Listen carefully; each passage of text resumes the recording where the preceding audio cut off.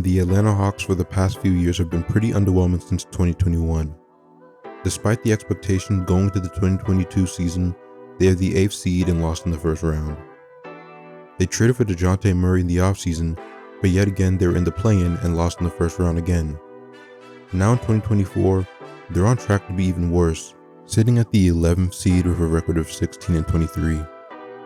So they're getting worse year after year, despite how much they've invested into the team. And the question is, what route should they be taking right now? After their 2021 run, they made the reactionary decision in extending John Collins to a 5-year, $125 million deal, then extended Capella for 2 years, $42 million. In 2022, they extended DeAndre Hunter for 4 years, $95 million. Fast forward to 2024, and all of them could possibly be involved in a trade sometime soon, despite their initial commitment to this core. John Collins was already moved.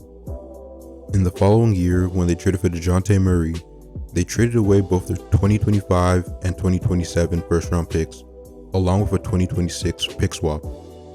Now after 2024, they'll have no control over their first until 2028. That's 3 straight years of no first for a team that isn't contending. Speaking in hindsight, trading away 3 years of first-round picks with no protections on them is crazy enough.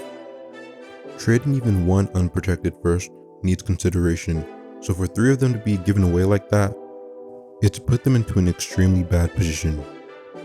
So what are the problems with the team? Well, the most glaring one is very obvious: their defense. Teams on average shoot 50% on them, which is the worst in the league. Teams shoot 39% from 3 when guarded by them, which is the second worst in the league.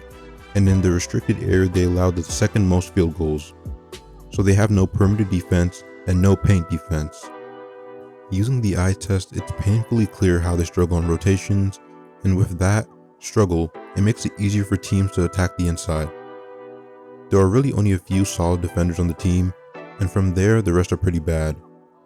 The Dejounte trade didn't address their weaknesses defending the perimeter because his defense hasn't been very good this season, and you can even argue that Trae Young has been better than him on that end. But depending on how you look at it, that's more of a negative. Trae's had a lot of defensive stops in the clutch this season and is having his best defensive season of his career, but not to the point where I want him to be even a top 3 perimeter defender on my team. DeAndre Hunter as a defender is solid, but nothing great. Jalen Johnson shows promise, but is only now getting real minutes, so he's getting exposed in his overall awareness when guarding the ball. And outside of that, the only solid defenders are your bigs, but both Capella and Okongwu haven't been anything better than solid this season, if not worse. You could look towards the injuries because they've gone from not having DeAndre Hunter in the lineup, to missing Jalen Johnson, to not having either of them. Even with them though, they haven't looked very good. With them both playing, they are only 8-7, which is around where they usually are, which is mediocre, and just around 500. And that's where they've been for the past few seasons. With the moving of Jalen Johnson to the starting lineup, you traded John Collins away, but for some reason you didn't get a backup power forward. Without Jalen Johnson this season, the Hawks are 4-10, and we're starting Saddiq Bey at the 4. He's a good rebounding forward, but he's not a good defender both on and off the ball. So that exposed them even more because they're much smaller than most opposing teams.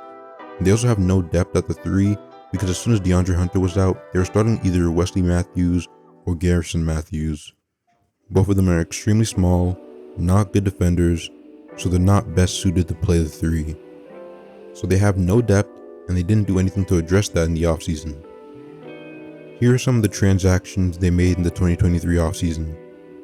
They traded John Collins for Rudy Gay and a second-round pick, then traded Rudy Gay away.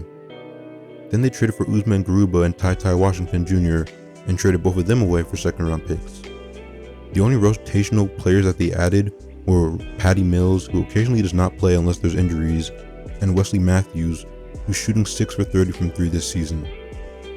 They do have the rookies such as Kobe Buffkin, who they got at the 15th pick, and both second-rounders in Seth Lundy and Mohamed Gay, but they've struggled with some injuries on that front. Buffkin only recently got back from a fractured thumb and has been playing the G League and hurt his back playing there. Lundy has gotten some minutes after playing the G League, but nothing significant, and Mo has been recovering from a lower back stress fracture for the majority of the season. Now that that's wrapped up, They've done nothing to address their lost players, did not make any moves to improve their defense, and kept basically the same core that went 41-41 last year, in hopes that they just needed some time with Quinn Snyder and things would be fine. Unfortunately, they're not. You can't really coach effort or ease a player's bad awareness or slow moving feet or their inability to get back on defense. What he has been able to do was elevate their offense.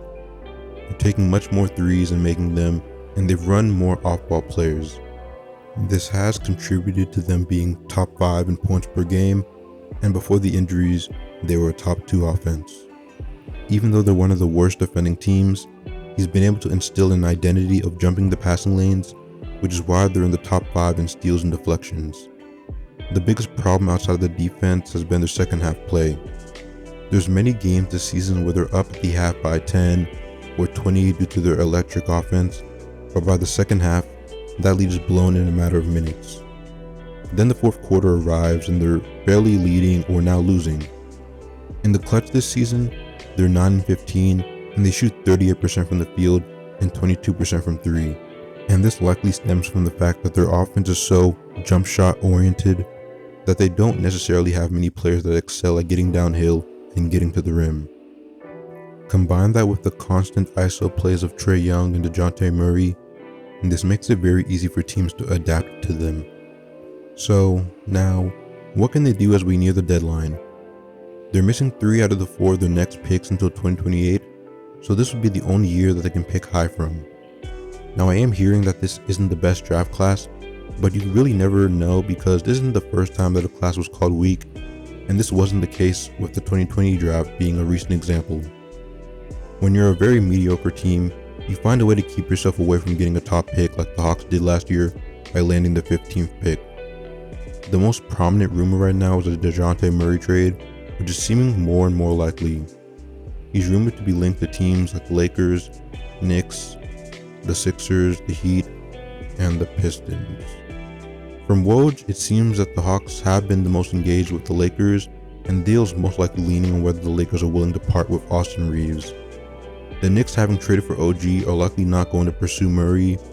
The Heat could possibly send a trade that consists of Kyle Lowry, Nikola Jovic, and a pick. The Sixers may look to give you a Tobias Harris, whose contract ends this year, to give you some financial flexibility. And the Pistons, I'm not really sure what direction they're looking for if they were to trade for him, unless they're looking to move Jaden Ivey, though I doubt that'll be the case. From my perspective as a Hawks fan, I don't want to try to make the play-in for the 3rd year in a row, just to at most lose in the first round and avoid getting the top pick again.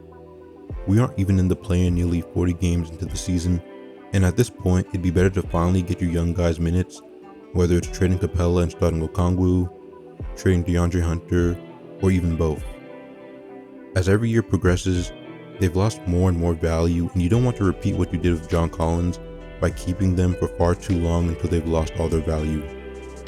Now you'll be able to free minutes for AJ Griffin and your rookies, along with the possible pieces you get from the trade. If you do get a player like an Austin Reeves in the trade, you'll finally have an actual starting point guard off the bench, instead of having your shooting guard switch positions when the bench comes in the game. Or you can get a Quentin Grimes from New York who can help you defensively as your 2 guard. You use the rest of the season to see how Okongwu fares as your starting center because you extend him in the offseason and still have him coming off the bench. If Dejounte is traded, perhaps you can get Kobe Buffkin as a starter, as he's shown some defensive upside to provide that rim pressure that the team desperately needs.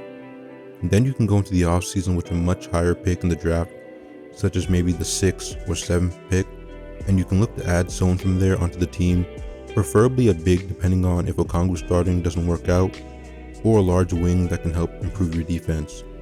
You could also use that pick and package it for maybe another star player, since you likely won't have your picks in the coming seasons, unless you're willing to maybe trade and get those picks back, though the optics for that aren't very amazing. Now, some fans have had an issue about maybe Trae Young possibly not being satisfied with you shutting down the season like that, but you're so deep in the hole to where you can't just make another desperate trade for another star player like Siakam and hope it'll work out, especially since that won't fix most of the team's problems. Making trades for assets that you can build with in the offseason to better improve the team is likely your best bet to eventually getting back into contention, because it's not as if they can tank from 2025 to 2027.